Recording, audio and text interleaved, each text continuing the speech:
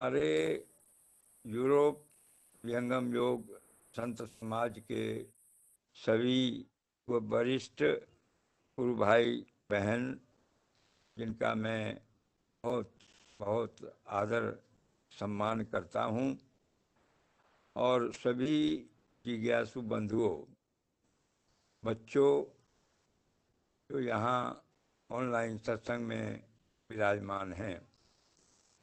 बंधुओं, हम और आप आज ऐसे रास्ते पर चल रहे हैं आध्यात्म के, जो सीधा अमर लोक को जाता है।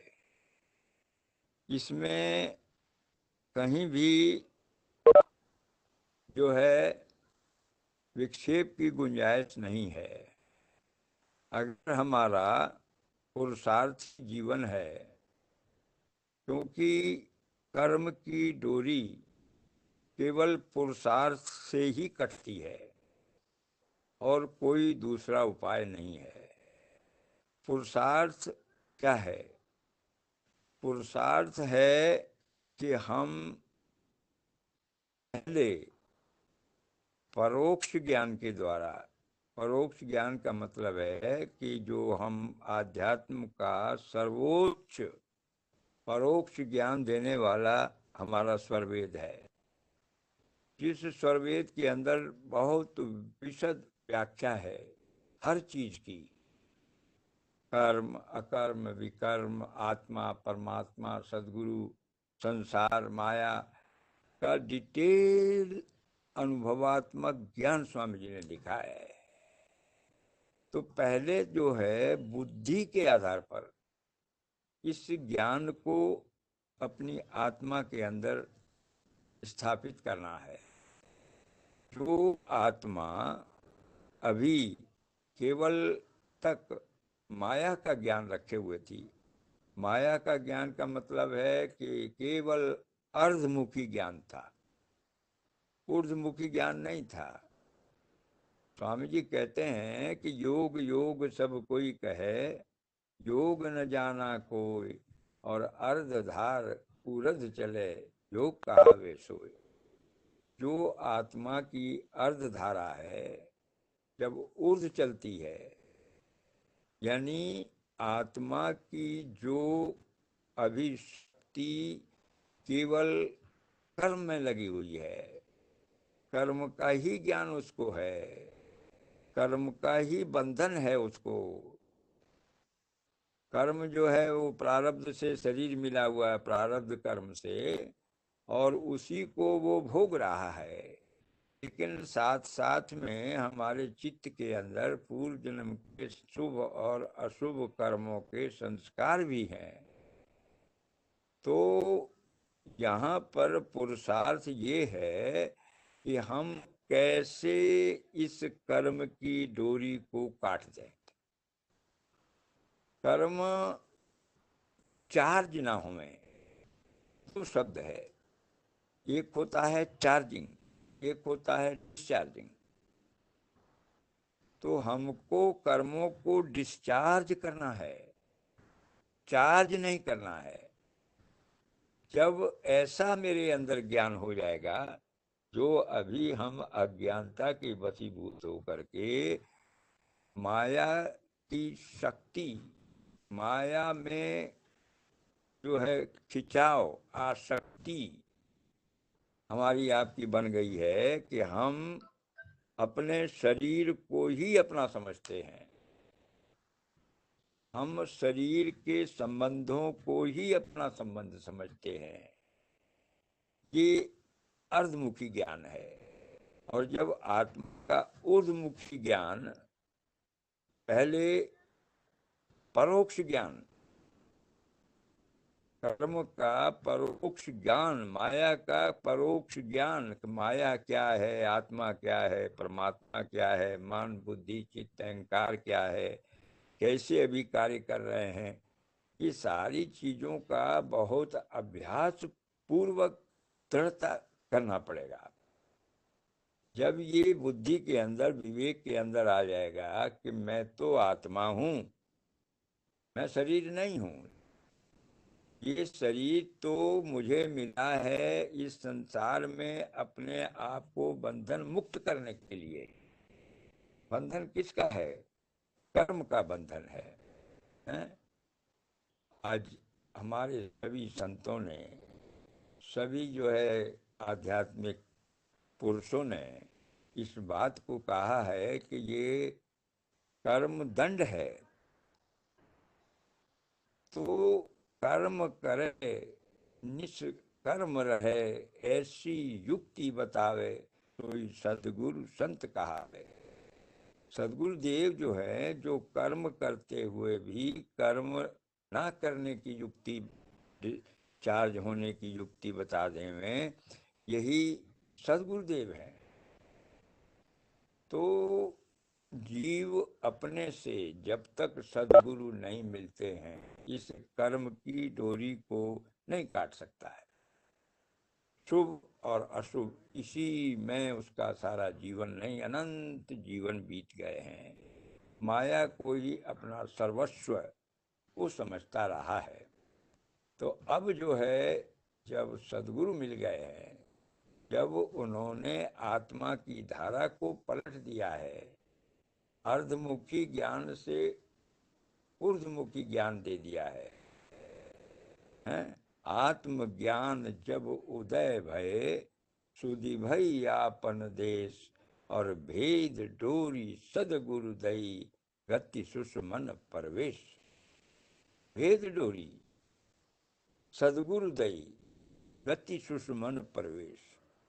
सुषमना के अंदर जो मेरी बंद पड़ी हुई थी, ब्रह्मनाड़ी मेरी जो है बंद पड़ी हुई थी, हमको आपको आज तक केवल माया का ही ज्ञान हो रहा था। माया को ही अपना समझ रहे थे। बेटा बेटी, धन दौलत, मकान, मान सम्मान, मेरा ये शरीर सब मेरा है, सब मैं ही हूँ, ऐसा ज्ञान था।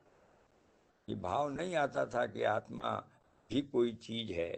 जानते थे हम, लेकिन कभी इसका अभ्यास नहीं हुआ कि आत्मा और माया में कैसे अंतर किया जाए, कैसे उसको समझा जाए, कैसे उसको पुरुषार्थ किया जाए, ये ज्ञान नहीं था। लेकिन हमको आपको यहाँ ये समझना है कि हम कर्म कैसे कर रहे हैं, कर्म क्यों कर रहे हैं, कर्म कैसे करने चाहिए। इस स्थिति का कर्म हमको इस माया के बंधन से मुक्त कर देगा। इस सारी चीजों को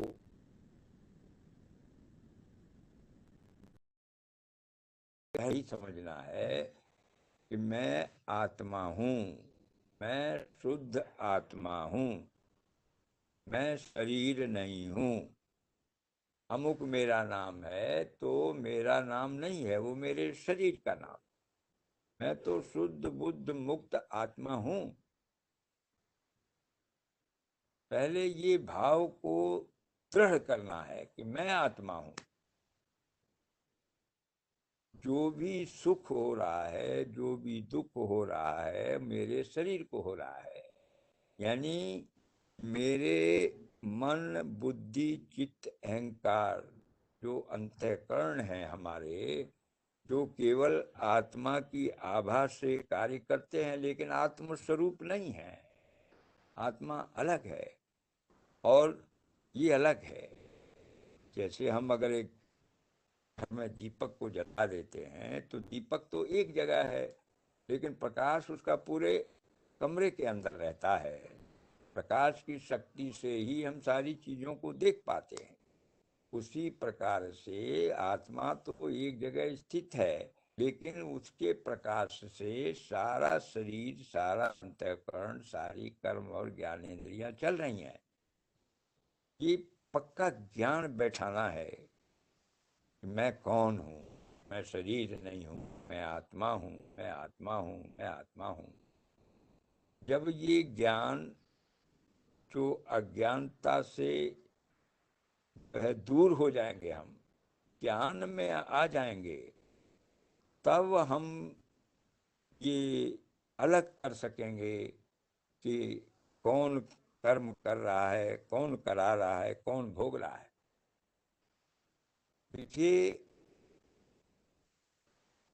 जब तक हम ये नहीं समझेंगे तब तक जो है अहंकार, मन, बुद्धि, चित्त ये हम समझते रहेंगे कि मैं ही हूं। लेकिन ये जानना है कि अहंकार ही सब कुछ करा रहा है। हम ब्रह्मास्मि के भाव से ही हम माया के बंधन में चले आए। हम ब्रह्मास्मि क्या है? हम तो मोक्ष धाम अमरलोक के वासी थे, लेकिन वहां पर अनंत काल तक रहते हुए ये आत्मा के अंदर भाव आ गया कि मैं ही परमात्मा हूँ। जब जो है मालिक बनने लगता है तो मालिक उसको घर से निकाल देता है। वही हुआ हमारे आपके साथ। हम लोग इसी अहंकार के वशीभूत होकर, सूक्ष्म अहंकार, माया का अहंकार नहीं है, एक आत्मा के अंदर ऐसे भाव लगे रहते हैं,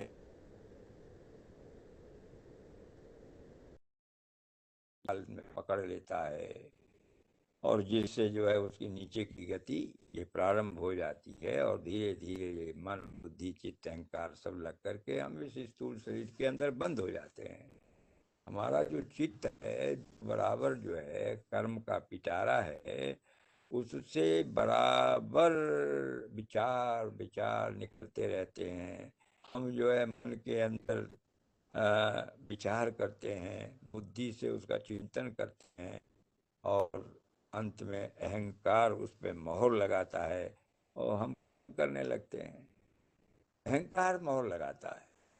अगर मेरा अहंकार तुष्ट नहीं होगा तो अहंकार मोहर नहीं लगाएगा। ना ना, यहाँ हमको क्या मिलने वाला है? यहाँ हमको न मान मिलेगा, न सम्मान मिलेगा, न मेरी आत्मा को सुख मिलेगा। तो मैं क्यों? अहंकार ऐसा बोलेगा।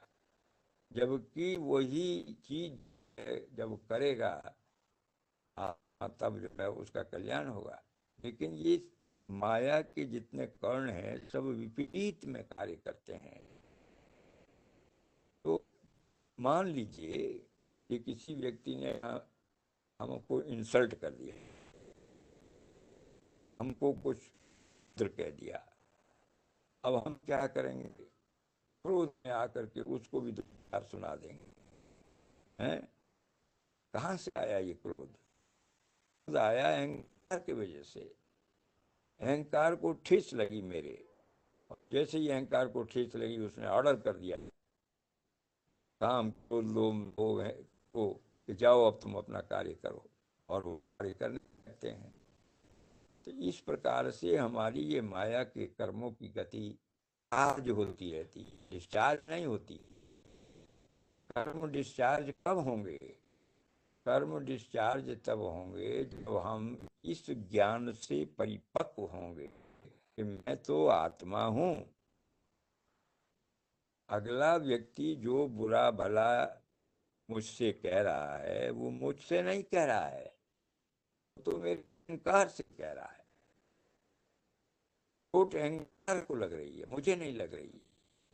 जब ये धीरे धीरे अभ्यास हो जाएगा तब हम देखेंगे कि हमको किसी चीज का असर नहीं हो रहा। जितनी भी शक्तियां हैं, नेगेटिव शक्तियां, ये काम की, लोभ की, मोह की, अहंकार की, ईर्ष्या की, द्वेष की, ये सारी शक्तियां हो जाती हैं जब हम ज्ञान के वशीभूत होकर कर्म करते हैं, ज्ञान के वशीभूत होकर। अभी जब जीव अज्ञानता में करेगा इस कर्म को तो निश्चित उसके कर्म डिस्चार्ज नहीं होंगे, चार्ज होंगे। और जब हम ज्ञान में आकर के कर्म करने लगेंगे तो हमारे कर्म डिस्चार्ज होने लगते हैं, चार्ज होने लगते हैं। तो पहले जो है हमको जो बुद्ध से ये शरीर मिला है, प्रारब्ध क्या है? हमारे चित्त के अंदर जितने संस्कार कर्म स्वरूप अंकित है, थोड़ा सा पोर्शन लेकर के ईश्वर ये प्रारब्ध का शरीर बना देता है। जो भोगना ही है, चाहे वो अच्छा हो चाहे बुरा हो, भोगे बिना नहीं करता है। ये प्रारब्ध है। तो वो तो हमको भोगना है, लेकिन ज्ञान पूर्वक भोगना है, अज्ञानता में नहीं भोगना। ज्ञान कैसे? कि ज्ञान है कि मैंने ही बीज डाला है, इसी जन्म में डाला हो, मेरी ही करनी से ये ऐसा हुआ है, मैं ही का दोषी हूँ, हमेशा ये मानो। अगर 1 मिनट के लिए सुख हो रहा है तो मेरा ही वो सुख है, मेरे ही कर्म मैंने किए हैं तो सुख हो रहा है। दुख हो रहा है तो मेरे ही कर्म हैं जो मुझे दुख दे रहे हैं, कोई दूसरा इसका निमित्त मात्र नहीं है, कोई दूसरा नहीं देता है। जितनी भी विपरीत या जो है सहयोगी परिस्थिति हमारे आपके साथ जीवन के अंदर आ रही है, वो सब हमारी ही देन है। इस बात को, इस ज्ञान को जब तक हमारी आत्मा में दृढ़ता नहीं होगी, हमारा कर्म डिस्चार्ज नहीं होगा, चार्ज ही होता रहेगा। क्योंकि अज्ञानता में जो कार्य करेंगे सब चार्ज आ जाएगा, फिर अगले जन्म में भोगना पड़ेगा। तो इस ज्ञान को परिपक्व करना है कि हमको इस जीवन में अब जो है, जो मन बुद्धि चित्त अहंकार है, जिसके माध्यम से काम क्रोध लोभ अहंकार ईर्ष्या द्वेष भय तृष्णा का, वो मेरा नहीं है, ये मेरे शरीर के पूर्व जन्म के जो कर्म हैं उनका भोग है, मैं तो इससे अलग हूं। इससे क्या होगा कि जो भी कारण रूप है, जो व्यक्ति जो परिस्थिति ये चीजें हमको सुख या दुख दे रही हैं, वो केवल निमित्त मात्र हैं। जो भी भोग मेरा है, जो मेरा शरीर भोग रहा है, उसका मैं ही जनक हूँ, मैं ही जनक हूँ। मैंने ही अनंत जन्मों में या इस जन्म में ऐसे कर्म के बीज डाले हैं जिसका फल मुझे मिल रहा है। तो कर्म फल हमारे आपके बस में नहीं है, कर्म करना हमारे आपके बस में है।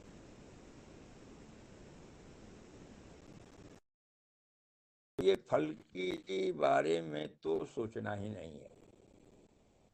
कोई भी काम करना है तो बिल्कुल एक कहिए कि एक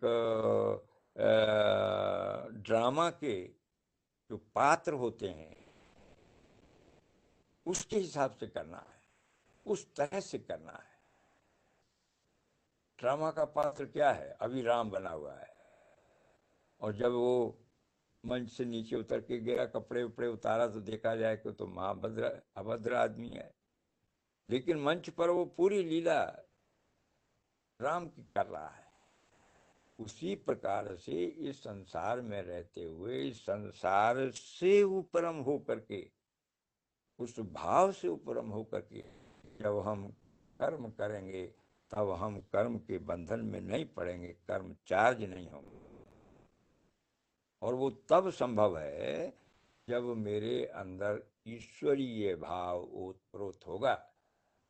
ईश्वरीय भाव, परमात्मा को ही समर्पण करके जो मैं करूं तो पूजा, जो मैं करूं सो पूजा है आपकी। जो कर्म मेरा है बस मेरी आपकी पूजा है। समर्पण भाव से, पूर्ण समर्पण भाव से, चेतन अवस्था में, अचेतन में नहीं।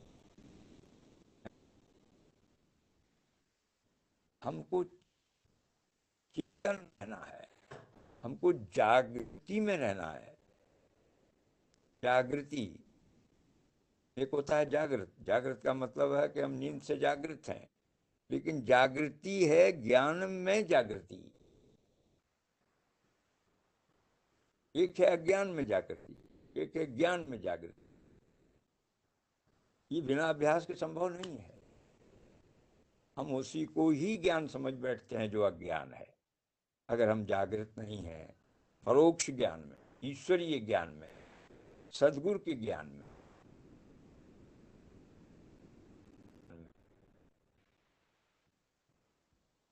जब ऐसा हम स्वर तो लेते हैं, लेकिन उसके भाव को चिंतन नहीं करते हैं।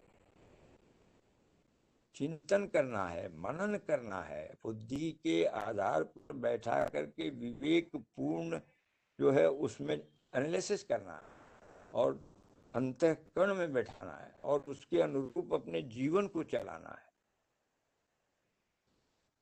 वैसी स्थिति नहीं आएगी, हम जो है वो ज्ञान में जागृति नहीं रख सकते हैं। अज्ञान नहीं में सब यही समझ बैठेंगे कि मेरा है, मेरा है, मैं कर रहा हूँ। मैं तो नहीं कर रहा हूँ, तो माया कर रही है, माया का शरीर है, माया का अहंकार है, सब माया कर रही है, मैं नहीं कर रहा हूँ। पहले तो ये भाव को दृढ़ करना है। और आप समझिए कि जो व्यक्ति की वो जन्म के इस प्रकार के होते हैं, वो ज्ञान में रहना चाहता है, उसी को सदगुरु जिज्ञासु से देव शिक्षा करी परीक्षा रत रहा। जिज्ञासु वही होता है जिसको परमात्मा ज्ञान की लालसा होती है, और ये आपकी लालसा थी जिससे हम, तो अब हम लोगों को भेद डोरी दे दी, जड़ी दे दी, जड़ी। कैसे आप अज्ञानता से ज्ञान में रह सकते हैं? हम नहीं भी चाहते हैं, हमारी आदत भी नहीं है। तभी गुरु जो है भोग में योग जगा, भोग वो योग को जगा दे रहे हैं। कैसे? सूक्ष्म प्रवाह करके, ब्रह्म को खोल करके अपना साथ है उसको सुषुम्ना में प्रवाहित कर देते हैं। जैसे ही हमारा प्राण जो सुषुम्ना है वो हृदय से ऊपर हम चली गई है। दोनों नाड़ी जो है इंगला पिंगला, उसका आधार शुरुआत मूलाधार है।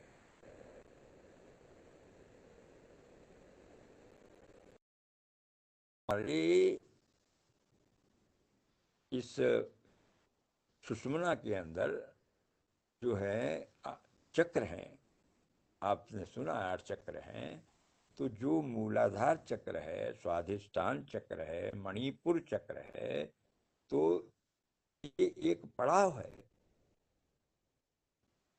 आज तक जो अज्ञानी है, जो माया के तीत है, जो आसक्त है माया में, जो भगवान के प्रति केवल बाहर से धर्म की बात करता है लेकिन अंदर से जो है वो जागृत नहीं है, वो सारे कर्म जो है हम और आप मूलाधार और स्वाधिष्ठान के माध्यम से ही करते हैं। कुंडलिनी बराबर अर्धमुखी धारा संसार की बहाया करती है इन 2 चक्रों के माध्यम से।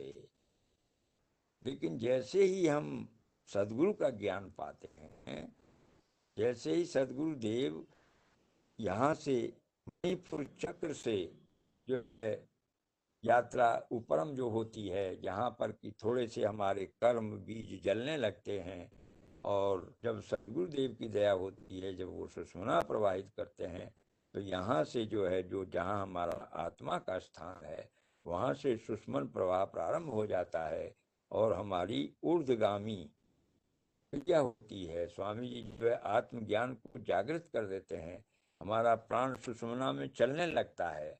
और प्राण और मन दोनों भाई है, दोनों अक्षर ब्रह्म से पैदा हुआ है। जैसे जैसे प्राण गमन करेगा सुषुम्ना, सुषुम्ना जो है वो 10वें द्वार पार करके अंतरिक्ष में चली गई है। तो अभी हमको सुषुम्न धार को पकड़ना है, सुषुम्न धार को, ब्रह्मरंध्र को पार करना है, जो अभी माया के से बंद है, कर्मों के विपाक से बंद है। सदगुरु की दया से अब हमारा सुषुम्न प्रवाह हो गया। अब हम जब जागृति अवस्था में, ज्ञान की अवस्था में अपना जीवन बिताएंगे, यानी कि हम सदगुरु को समर्पित भाव से ही सारे कर्म करेंगे, ईश्वर के निमित्त मात्र से ही सारे कर्म करेंगे। हे परमात्मा, तू कर रहा है, मैं नहीं, तेरे को समर्पित ये कर्म है। और इसका सबसे बढ़िया टेक्निक जो हमारे आपके लिए ब्रह्म विद्या के साधक के लिए है कि हमेशा अपनी भूमि पर चेतना को रखना है, सारे कर्म कीजिए, चेतना को अपनी भूमि पर रख करके प्रैक्टिकली अगर इसको करिएगा, अभ्यास करिएगा, तो देखिएगा कि कोई कर्म चार्ज नहीं होगा। जो ऑलरेडी चार्ज कर्म है वो डिस्चार्ज होते जाएंगे, डिस्चार्ज होते जाएंगे। जैसे अब इससे सुषमन प्रवाह और बढ़ेगा और बढ़ेगा, दसम द्वार खुल जाएगा। आप देखेंगे कि इंगला पिंगला बंद हो गई, एकदम हम लोग जो है निशासा हो गए हैं। धीरे धीरे तो कभी कभी किसी साधक की जो है नाड़ी भी बंद हो जाती है, हृदय की धड़कन बंद हो जाती है। कहाँ चला गया वो? माया से उपरम हो गया। कुछ नहीं है शरीर का जो माया का है, केवल ज्ञान जो है उसको चेतना का हो रहा है, आत्मा का भाव का हो रहा है, और धीरे धीरे ये अभ्यास करते करते वो आगे बढ़ता चला जाता है। लेकिन इसके लिए सबसे बड़ा जो आपको और हमको अभ्यास करना है कि किसी भी स्थिति में, किसी भी परिस्थिति में भूल कर किसी प्राणी की आत्मा को मेरे चार से, विचार से, व्यवहार से, कर्म से, संयम से दुख नहीं होना चाहिए।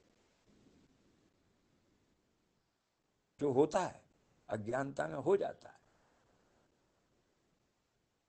ये सब कर्म के अंदर ये सब हो जाता है, तो संभल सकते हैं।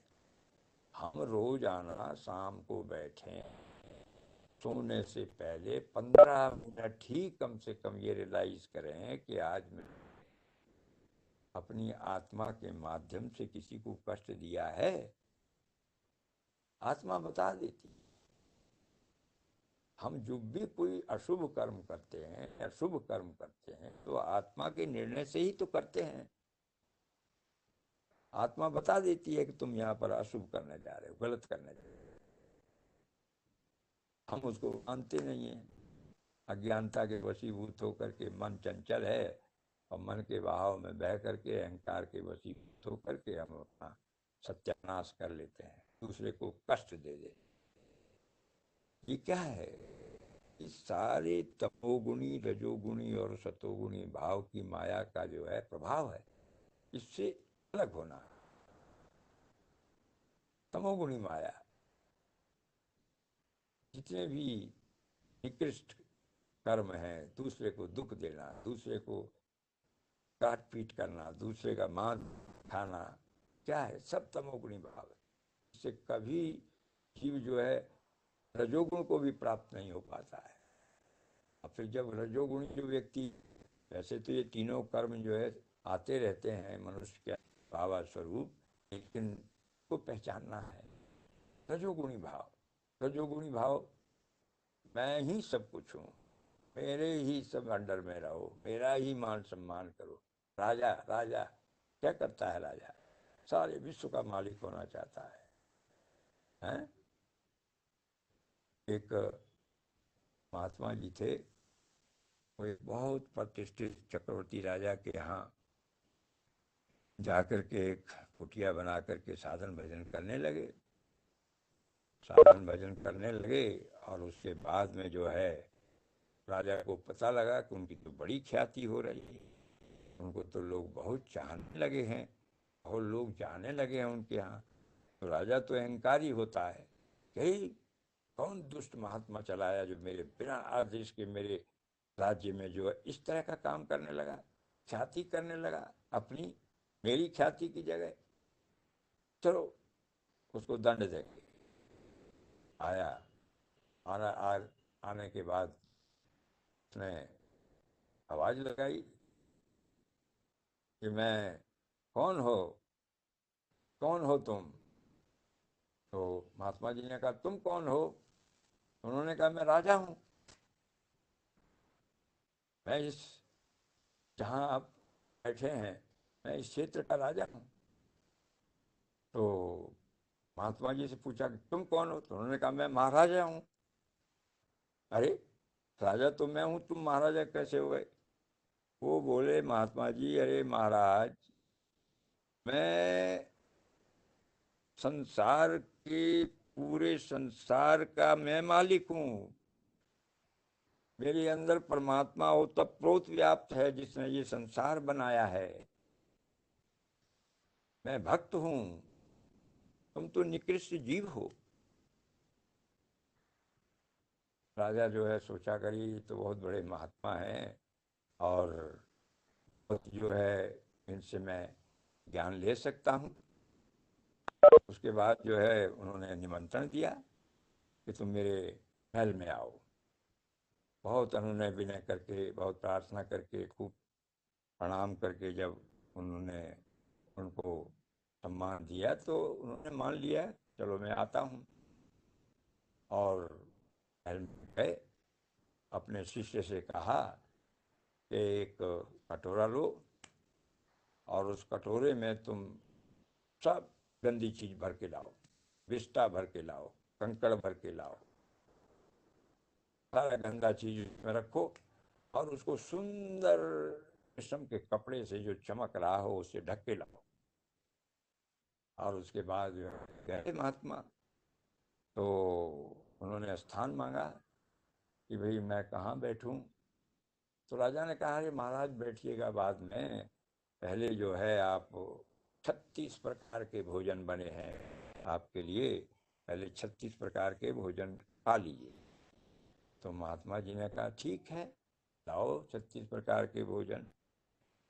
तो उनका नहीं, मैं बैठूंगा नहीं, मेरे कटोरा में डालो सब, कटोरा में मैं 36 प्रकार के भोजन करूंगा। ठीक है, आदेश हुआ राजा का, डालो भाई।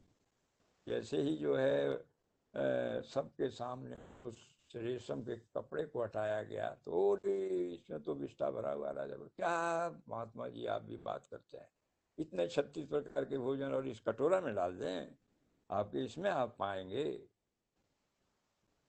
"ओ, नहीं नहीं नहीं, ये तो बहुत गंदी चीज है, गंदी चीज में कहीं अच्छी चीज डाली जा सकती है? जो इतनी पवित्र चीज है, 36 प्रकार के भोजन है। तो महात्मा जी ने क्या कहा कि महाराज आप इसलिए बुलाए हैं मुझे, उपदेश के लिए बुलाए हैं। किसका उपदेश? आप क्या चाहते हैं उपदेश से? आप शरीर को उपदेश करवाना चाहते हैं कि हाँ हाँ, तो आपको मालूम है कि शरीर में आपकी कितनी गंदगी भरी हुई है। आपके अंदर काम, क्रोध, लोभ, अहंकार, ईर्ष्या, द्वेष, भय, तृष्णा, ओतप्रोत रजोगुणी प्रवृत्ति व्याप्त हो रही है, जो अर्थ जो है आप चारों नीति से जो है राजा काम लेता है।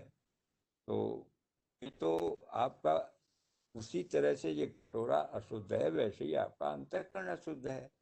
केवल जो है जैसे कटोरा रेशमी कपड़े से ढका हुआ था, वैसे ही आपका ये शरीर रेशमी कपड़ों से सुसज्जित है, उससे क्या पवित्रता हो गई? परमात्मा का ज्ञान तो बहुत पवित्र है, वो उपदेश के माध्यम से दिया जा सकता है, ये सब कचड़े में नहीं दिया जा सकता है। ये आपको पता लग गया ना? राजा ने पाँव पकड़ लिए, बहुत उसको जो है गिलानी हुई, रोने लगा बहुत। महाराज मैं नहीं जानता था कि आप इतने उच्च कोटि के महात्मा हैं। तो कहने का भाव क्या है? कहने का भाव ये है कि जब तक इस अंतःकरण में ये सारे जो अवगुण हैं विराजमान है, जब तक तमोगुण, रजोगुण, सतोगुण व्याप्त है, जब तक ये काम, क्रोध, लोभ, मोह, अहंकार, ईर्ष्या इससे ग्रसित हैं, तब तक कैसे हम अपने कर्मों को जो है डिस्चार्ज कर पाएंगे? हैं? चार्ज ही होते रहेंगे कर्म, डिस्चार्ज तभी होंगे जब स्वामी जी का जो सूत्र है कि ईश्वर प्राप्ति के लिए ही हर समय प्रयत्न करना, इतना को हर काम करते हुए अपने पर रखना है, प्रभु को सुमिरण करते रहना है, किसी भी परिस्थिति में दूसरे को दोषी नहीं मानना है। हर कर्म फल का दोष मैं हूँ, इसी जन्म में, इसी जन्म में कभी भी जो है मैंने ही वो बीज डाला है जिसका मुझे दुख मिल रहा है। अगर कोई मुझे मार रहा है, पीट रहा है, गलती उसकी नहीं है, तो मेरा ही कर्मोदय हो गया तो मुझे ये दंड मिल रहा है। ये भाव कितना दृढ़ है, ही साधक की पहचान है। एक बार स्वामी जी से, वर्तमान स्वामी जी से व्यक्ति ने पूछा कि स्वामी जी, सभी लोग कहते हैं मुझे ये शब्द सुनाई दे रहा है, मुझे ये दिखाई दे रहा है, मेरा जो है कोई कूद रहा है, कोई फांद रहा है, तो हमको लगता है कि इनके अंदर बहुत आध्यात्मिक शक्ति है। मैं कैसे मानूं कि इसके अंदर क्या मापदंड है इसका? स्वामी जी ने क्या कहा कि जो आत्मा जितनी कर्म कुशल है, जो आत्मा व्यवहार कुशल है, किसी भी परिस्थिति में अपने व्यवहार को डगमग नहीं होने देती, चाहे माया के कितने ही झकोरे को मिले, यही उसका मापदंड है। तो जो भी कर्म करना है वो ज्ञान पूर्वक, ज्ञान में जागृति में करना है।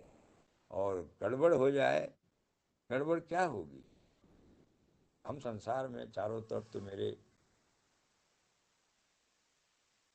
सकते हैं, अपने जीवन के यापन के लिए कोई भी कार्य जब तक हम किसी मनुष्य का सहयोग नहीं लेते हैं तब तक नहीं बनता। किसी को देते हैं, किसी से लेते हैं, किसी देने लेने में जो है हम किसी की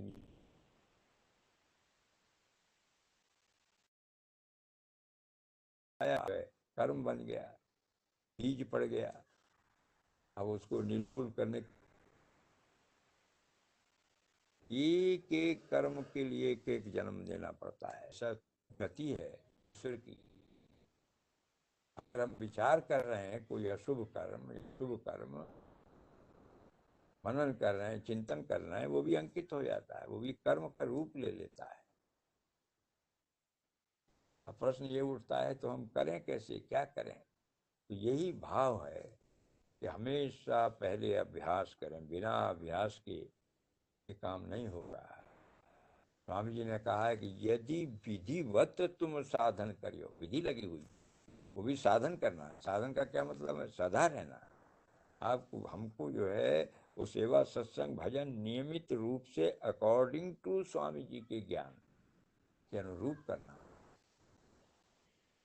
हम सत्संग में बैठे तो वहां पर मैं कोई चीज की कामना ना करूं, माया के किसी भी वस्तु की कामना ना करूं, किसी को भी मन से ये विचार ना करूं कि वो मेरा दुश्मन है, उसने ऐसा किया, वैसा किया, ये किया, मैं, मुझे दुख हुआ, मैं भी जो है उसको मारूंगा, मैं भी उसको पीटूंगा। ऐसा अगर भाव आ रहा है तो कहाँ सत्संग हो रहा है? तो बंधन हो रहा है। हम कर्म को और चार्ज कर रहे हैं, गए थे डिस्चार्ज करने और पिटारा भर के चले आए। ये क्या हो रहा है? अज्ञानता में सत्संग हो रहा है। ज्ञान पूर्वक सत्संग करना है। ज्ञान पूर्वक सत्संग क्या मतलब है? कि हमको जो है वहां जो मेरी कामना प्रकट हो गई, मैंने संसार में आज कामना प्रकट कर दी, वो कामना भी मेरी यहाँ निर्मूल हो जाए। मैं सत्संग सुन रहा हूँ, सत्संग में कहा जा रहा है, तो सत्संग भी हम सुनते हैं, स्वर वेद से सुने, चाहे किसी गुरु भाई से सुने, वो आपको ऐसी ऐसी वस्तुएं ही बता रहे हैं कि मेरा कैसे जीवन निर्मल, और ये सत्संग के प्रभाव से कई जन्मों के संस्कार निर्मूल हो जाते हैं। अगर हम, बहुत बड़ा माध्यम है कर्म को छोड़ने का, कर्म को डिस्चार्ज करने का, बहुत बड़ा माध्यम है। जिस प्रकार सेवा जो है बहुत बड़ा माध्यम है, लेकिन कौन सेवा? तमोगुणी रजोगुणी सत्वगुणी सेवा नहीं, वो गड़बड़ हो जाएगा। हम दे रहे हैं 1,00,000 रुपया और सोच रहे हैं कि जो है मेरा मोक्ष धाम अमर लोग स्वामी जी भेज देंगे, तो क्या हुआ? ये तो सत्वगुणी सेवा हुई है। कुछ पाना चाहते हैं, देना है तो कुछ पाना है, गड़बड़ है। पाने की इच्छा तो है ही नहीं, देने की इच्छा होना चाहिए, केवल देना देना देना। हमको कुछ नहीं चाहिए, हे प्रभु, हे परमात्मा, जो आपकी इच्छा हो उसे दीजिएगा, हमको नहीं चाहिए, हम आपकी इच्छा से चलेंगे, मेरा जो भाव है देने का मैं दे रहा हूँ। तो ये सब चीजों को जागृत अभ्यास करना पड़ेगा, जो हम और लोग चूक जा रहे हैं, नहीं कर पा रहे हैं। हम सोचते भी नहीं है कि आज दिन भर में मैंने किसके साथ कितना व्यवहार किया, मैं उसके लिए क्षमा याचना करूं, बैठ करके ही क्षमा याचना करूं, ध्यान में बैठकर क्षमा याचना करूं, स्वामी से प्रार्थना करूं कि स्वामी जी आज ये से गलती हो गई बहुत बड़ी, मुझे क्षमा की। तो उस आत्मा के पास जो हमने यहाँ क्षमा की है, आत्मा के पास में निश्चित हो जाता है। ये प्रदान होता है आत्मिक भाव का, और उसको जो है भाव होता है कि हाँ इसने गलत कर दिया था, ये क्षमा मांगा। तो इस तरह से वो जो कर्म चार्ज हुआ था वो डिस्चार्ज हो जाता है। तो सबसे बड़ा यही है कि जो स्वामी जी बार बार कहते हैं कि विधि पूर्वक, बिना विधि के काम नहीं चलता है। देखिए हमारे यहाँ कहा गया है कि धर्म जो शुभ कर्म है उसी को धर्म किया गया है। वास्तव तो धर्म वो है जो ईश्वरीय ज्ञान को धारण करके प्रकट होता है, वो धर्म है। लेकिन हम जो है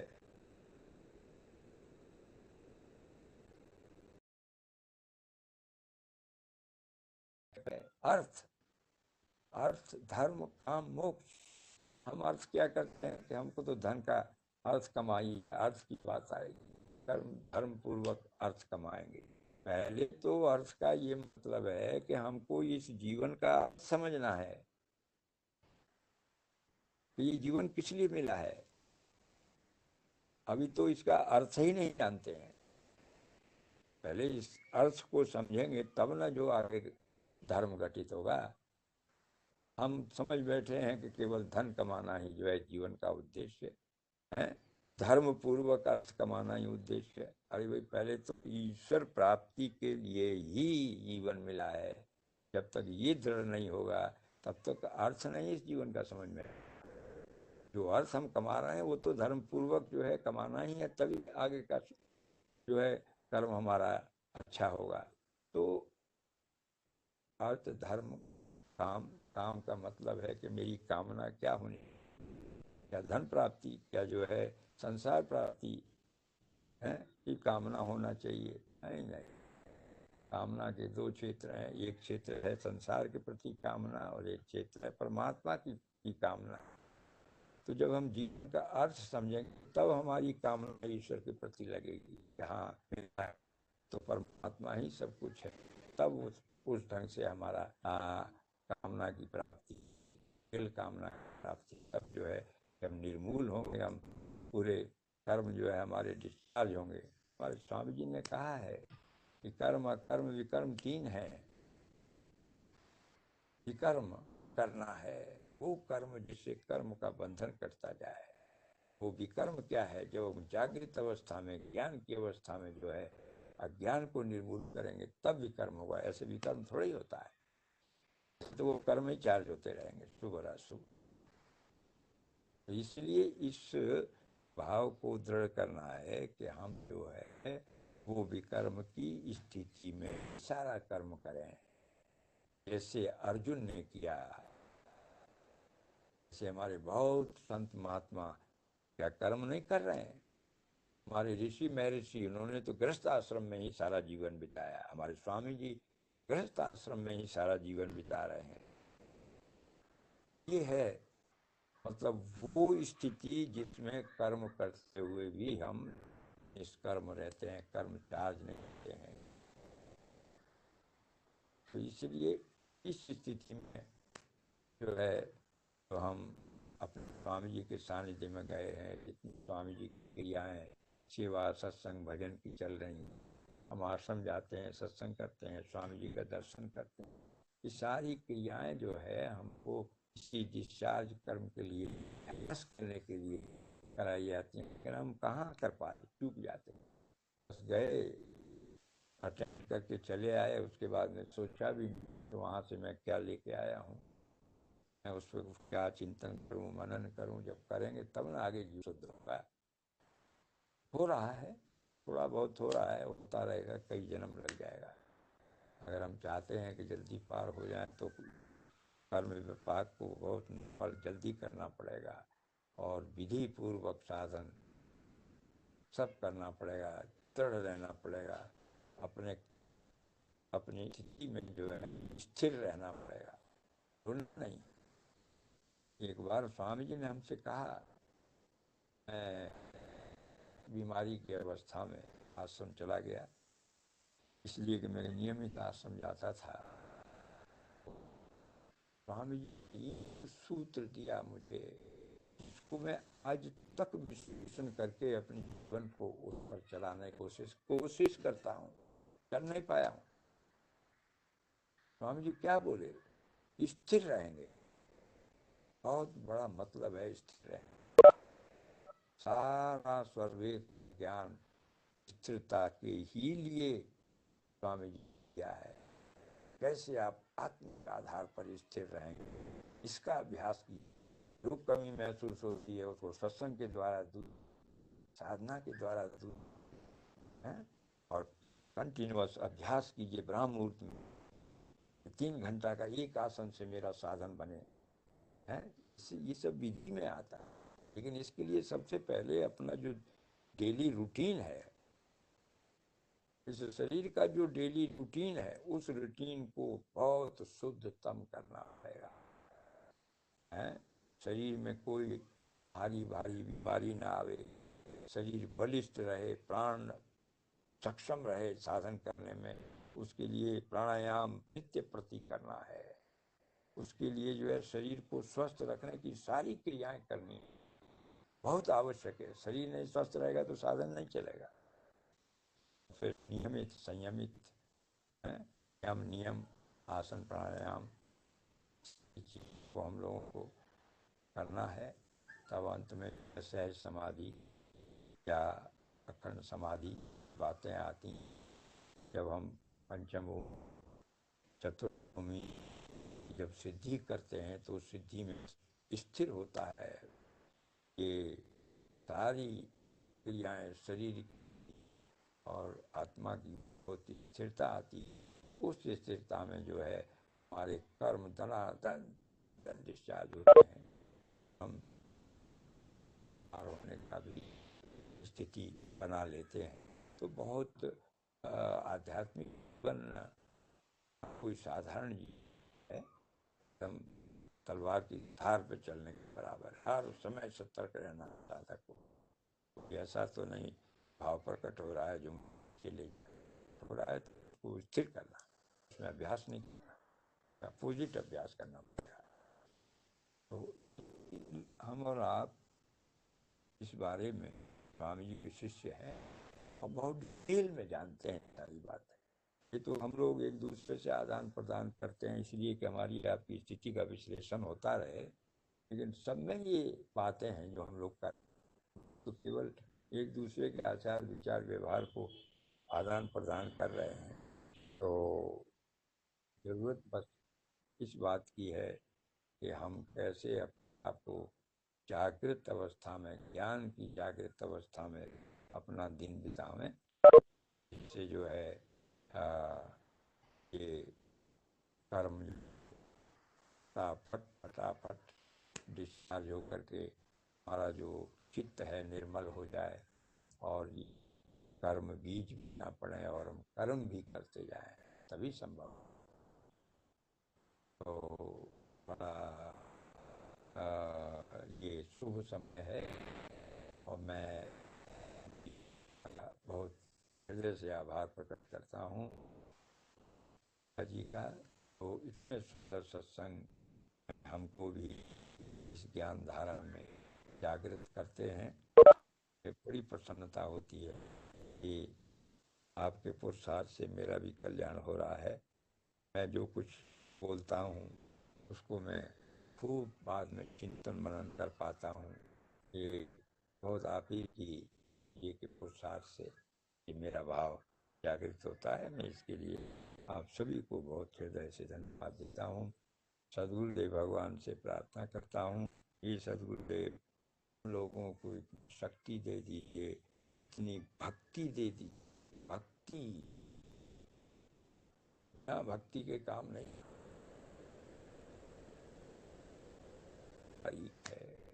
लोग जानते हैं, खूब सुना है, चीज सौंपे जब शीश को सौंपा जाता है तब भक्त पाही। सौंपने का क्या मतलब है? सारी मां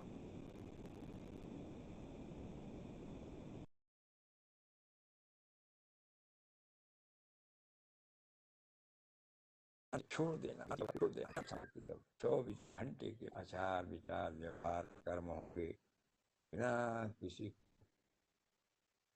आज कहाँ हम लोग तो आए थे हरिभजन को होटल लगे कपास। संसार समाज इसमें जिस तरह से हम बर्ताव कर रहे थे, आज भी हम यहाँ मंच पर इस ज्ञान में आकर भी कम से कम जो है 90-80% की तरह से बिता रहे हैं, तो ये तो बहुत लंबा समय लगेगा। तो इसको जब तक हम अभ्यास में उतारेंगे ये संभव नहीं है। अभ्यास तभी होता है जब अटूट भक्ति, समर्पण भक्ति, सेवा जित शिष्य की बात होती, सब कुछ स्वामी जी को समर्पित कर दे। संस्मरण मैं सुना करके आपको आगे बंद करूंगा। कि एक बहुत ही समझ लीजिए कि अनपढ़ व्यक्ति,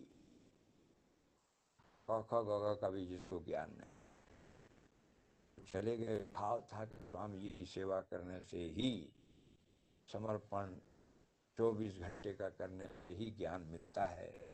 सबसे उच्च स्थिति है कि आश्रम पर रह करके, घर परिवार से अलग रह करके केवल स्वामी जी मैं रहूंगा, स्वामी जी के सारे कार्य उनके ही आदेशानुसार करूंगा, भाव प्रकट हो।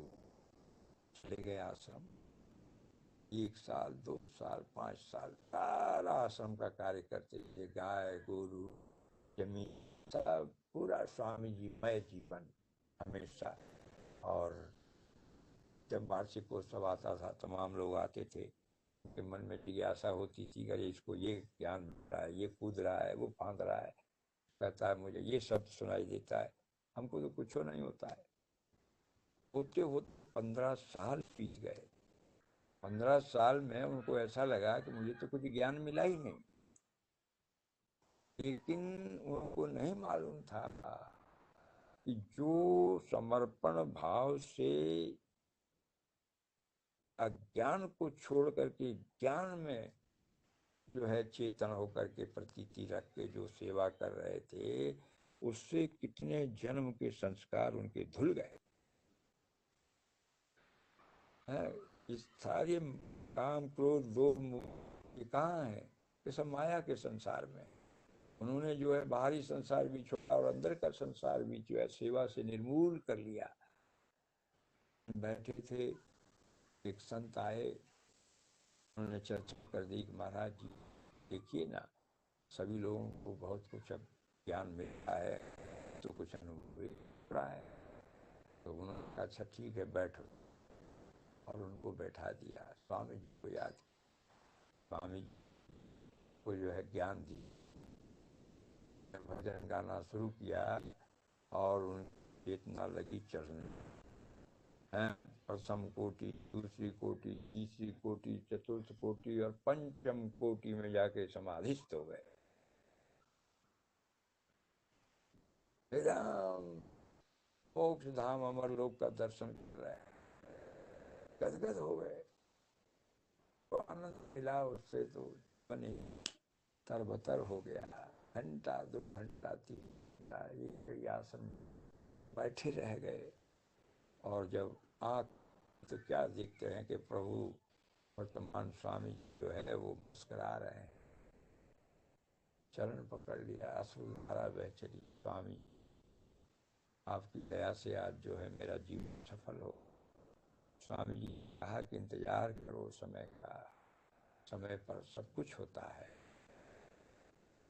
इस भाव से जब हमारा समर्पण भाव होगा, चाहे हम संसार में रहें, चाहे आश्रम में रहें, चाहे परिवार में रहें, समाज में रहें, मेरा भाव तो मेरे परमात्मा और सदगुरु के ज्ञान के प्रति ही रहना चाहिए। हर समय याद करते रहना चाहिए। कोई भी काम करते ही बहुत शक्ति मिलती है।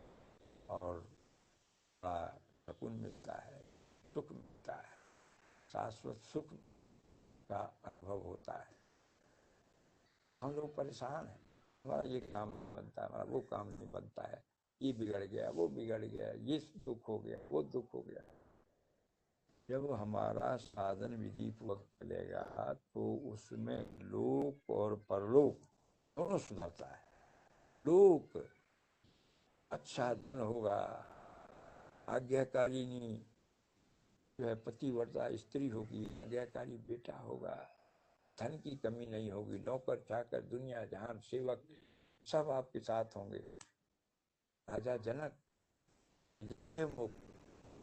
उनके पास, लेकिन किसी से कोई मतलब नहीं रहते थे। तो लोक भी बनता है और परलोक भी बनता है, बशर्ते कि हम जो है अपनी स्थिति को स्थिर रखें।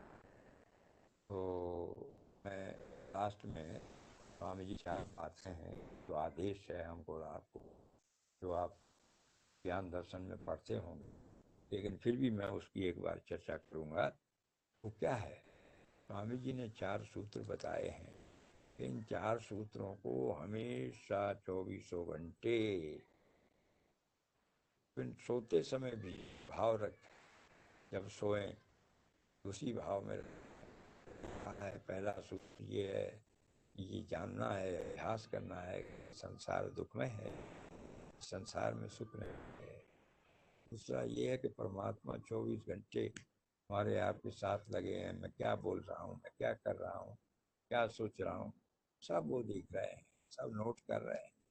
वो स्वामी है, मैं सेवक हूँ। तीसरा ये है कि हम समझ बैठे हैं कि मैं ही सुख अर्जन कर सकता हूँ अपने पुरुषार्थ से, नहीं संभव। संसार का सुख ही अपना सुख है, स्वामी जी ने कहा है।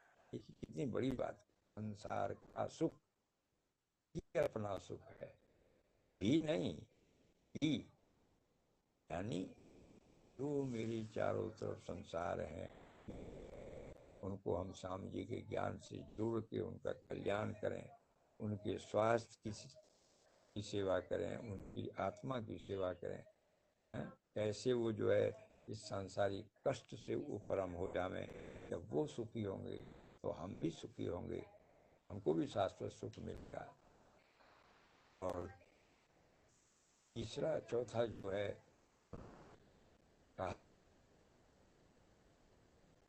आ रहा है, पल पल छिन छिन काल की काल में हम लोग जा रहे हैं। ध्यान रखना है, लेने आया है 1 वर्ष 2 वर्ष 10 वर्ष 50 वर्ष उसके नजदीक चले गए हैं, तो लेने ही वाला है, जाने ही वाला है लेके हमको। जब ऐसा भाव रहेगा तो ईश्वरीय सारे कार्य बहुत दृढ़ता से होते। संसार माया के कार्य जो है वो नाटक के समान होते हैं। इसलिए स्वामी जी की बातें बड़ी अच्छी लगी और मैं कोशिश करता हूँ के ऊपर जो है सभी अभ्यास करें। तो बंधुओं एक बार फिर मैं ऐसे धन्यवाद करके और सदगुरु भगवान से ये प्रार्थना करता हूँ कि सदगुरुदेव हम सबको इतनी भक्ति इतनी शक्ति दे दीजिए, इससे इस जीवन ही बेड़ा पार हो जाए, अपने साथ सभी को ले की जय।